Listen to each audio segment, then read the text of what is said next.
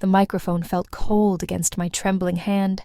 Every eye in the ballroom was on me, a sea of expectant faces blurring into one judgmental mass. My Uncle Richard's booming voice still echoed in the air, his congratulations to my real family hanging like a toxic cloud. Beside him, my sister, Emily, beamed, clutching the ridiculously oversized novelty check for the Family Business Person of the Year award, an award I'd poured my blood, sweat, and more than a few sleepless nights into, only to have it snatched away with a casual, dismissive smirk. My heart hammered against my ribs, a frantic drumbeat against the suffocating weight of years of being overlooked, underestimated. They thought they'd won. They thought they'd finally cemented their control. They had no idea what was coming. Let's rewind a bit, shall we? Because this wasn't some sudden act of petty jealousy. This was the culmination of a lifetime of being treated like the black sheep, the one who didn't quite measure up in the oh-so-distinguished Caldwell family. From the moment I showed more interest in taking apart the toaster than attending their stuffy garden parties, I was different, less than.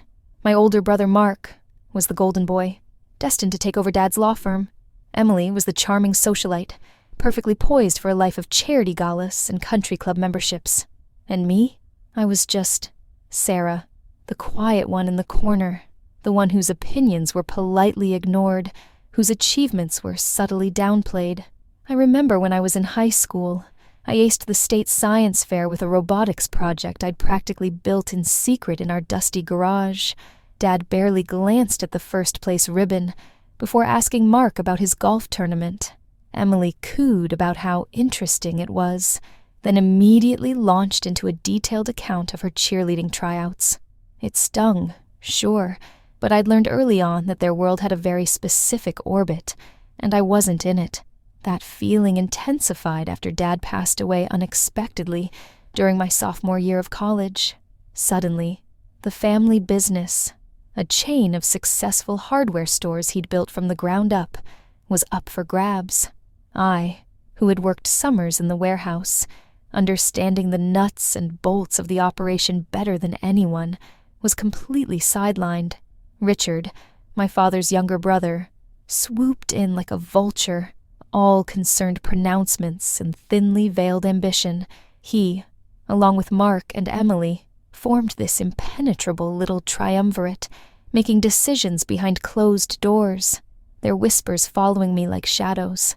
"Sarah, dear, you're just not cut out for this kind of pressure," Richard had said, with that patronizing smile I'd come to loathe.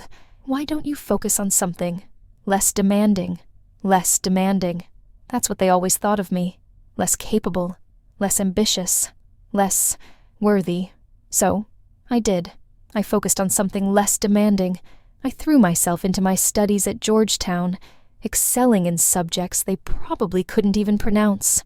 While they were busy divvying up Dad's legacy, I was acing my exams, earning a coveted spot in a highly competitive internship program in Washington, D.C. It was there, amidst the fast-paced world of intelligence and national security, that I found my calling. Something clicked. The discipline, the strategy, the need for meticulous detail. It all resonated with me in a way that spreadsheets and board meetings never could. For years, I lived a double life. To them, I was still just Sarah, the slightly awkward relative who worked some vague government job. I endured their condescending remarks at family gatherings, their pitying glances when I showed up alone. They had no idea that the government job was actually a deep cover assignment with the Federal Bureau of Investigation. They couldn't fathom the adrenaline of high-stakes operations, the intricate web of intelligence gathering, the weight of national security resting, even in a small way, on my shoulders. There were moments, countless moments, when I wanted to scream the truth. When Richard would brag about his latest business acquisition, built on the foundation my father had laid, I wanted to reveal the classified information I held, the dangerous individuals I had helped bring to justice, but I held back. Patience, I'd learned, was a powerful weapon, and I was playing the long game. The catalyst came 6 months ago, a seemingly innocuous family dinner, celebrating Emily's engagement. Richard, flushed with wine and self-importance, launched into a tirade about dead weight in the company, specifically mentioning a project I had spearheaded years ago that, thanks to his mismanagement, was now struggling. "Honestly," he'd boomed, gesturing dismissively with his wineglass, "some people just aren't meant for success. They lack the drive, the intelligence." His eyes flickered towards me, a cruel glint in their depths. That was it, the final straw. The years of being dismissed, the blatant disrespect for my hard work, the casual cruelty. It all coalesced into a burning resolve. They wanted to control my life, to define my worth. They had no idea the power I now wielded, the truth I was about to unleash. My plan began to take shape, each detail falling into place, with the precision I'd honed over years of undercover work. The ballroom, Uncle Richard's self-congratulatory award ceremony. It was the perfect stage. And now, as I stood there, the weight of their judgment pressing down on me, I knew the curtain was about to rise on a performance they would never forget. My voice, when I finally spoke, was surprisingly steady, devoid of the tremor I felt deep within. "Uncle Richard, Emily," I began, my gaze sweeping across their smug faces, then over the sea of bewildered guests. "Congratulations on your achievement." The word dripped with irony, but only I knew it. It's truly remarkable how the Caldwell family always manages to elevate its most deserving members. A ripple of polite, confused laughter went through the crowd. My family, however, shifted uneasily. They recognized the edge in my voice. Richard, ever the showman, chuckled nervously. "Thank you, Sarah. Always good to see you at these events, even if you're a little out of your depth."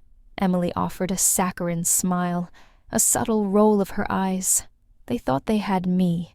They thought I was about to make a fool of myself, confirming their long-held narrative of my incompetence. But I wasn't there to humiliate myself. I was there to reveal the truth. "Actually, Uncle," I continued, taking a step forward, my eyes locking onto his, "I'm exactly in my depth. More so than you could possibly imagine." I paused, letting the silence stretch, letting the anticipation build. The murmur in the ballroom grew louder. People were starting to sense that something was off script. Then, from the back of the room, a tall, impeccably dressed woman in a sharp navy suit started walking towards the stage. Behind her, 2 equally formidable men followed. My family's eyes, and those of many guests, widened. Richard's face, which had been a mask of feigned amusement, now contorted into confusion, then alarm. The woman reached the stage, and I extended my hand, shaking hers firmly. "Director Hayes," I said, my voice clear and strong. "Thank you for coming." Richard stammered. Who is this?" Director Hayes, her gaze piercing, turned to face the stunned audience. "Ladies and gentlemen," she announced, her voice resonating with authority, "I apologize for this interruption, but there are a few matters of national importance that require immediate attention." She then turned to me, a faint, almost imperceptible smile touching her lips. "Agent Caldwell, your work here is done. We need you back at headquarters. We have new intelligence on the international money laundering ring you've been tracking, and the arrests need to happen tonight." A collective gasp swept through the room. "Agent Caldwell?" someone whispered. My family looked like they'd been struck by lightning. Richard's jaw hung slack. Emily's smile had vanished, replaced by an expression of pure horror. Mark looked utterly bewildered. Director Hayes continued, her voice cutting through the stunned silence. "For the past 5 years, Agent Sarah Caldwell has been operating deep undercover, meticulously building a case against a criminal enterprise that has infiltrated numerous legitimate businesses, including, it seems, several subsidiaries of Caldwell Holdings." The color drained from Richard's face. He started to protest. "This is insane. Sarah, what is she talking about?"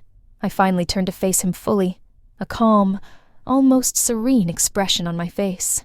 It's not insane, Uncle. It's the truth.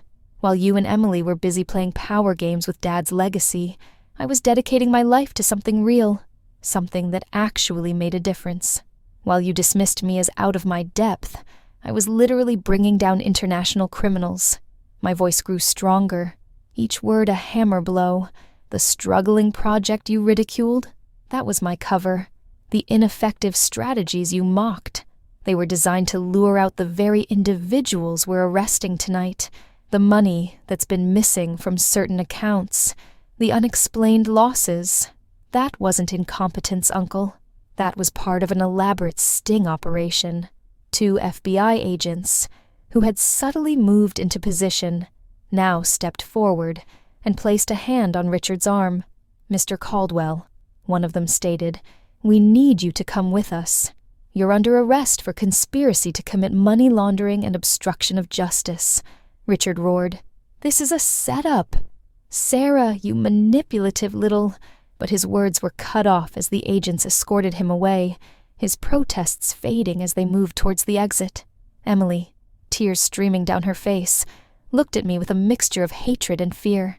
You betrayed us," she sobbed. "No, Emily," I said softly, my voice devoid of anger. "You betrayed yourselves. You always saw me as a rival, as less than. You never saw the truth, because you were too busy looking down." The ballroom was in chaos. Whispers, gasps, the sounds of flashbulbs. Director Hayes put a hand on my shoulder. "Come on, Agent. We have work to do." As I walked out, leaving the wreckage of their carefully constructed world behind, I felt not triumph, not exactly revenge, but something deeper, a profound sense of peace. The weight of their judgment, the years of feeling unseen, had lifted. I wasn't defined by their dismissals anymore. I was Sarah Caldwell, FBI agent, a woman of purpose and strength who had quietly built her own extraordinary life while they were busy trying to control hers. The Family Business Person of the Year award lay forgotten on the podium, a symbol of their empty victories. My victory was internal, a quiet, unshakable confidence that finally, after all these years, I was exactly where I was meant to be. I stepped into the cool night air, the city lights twinkling, and for the first time in a very long time, I felt truly, unequivocally free.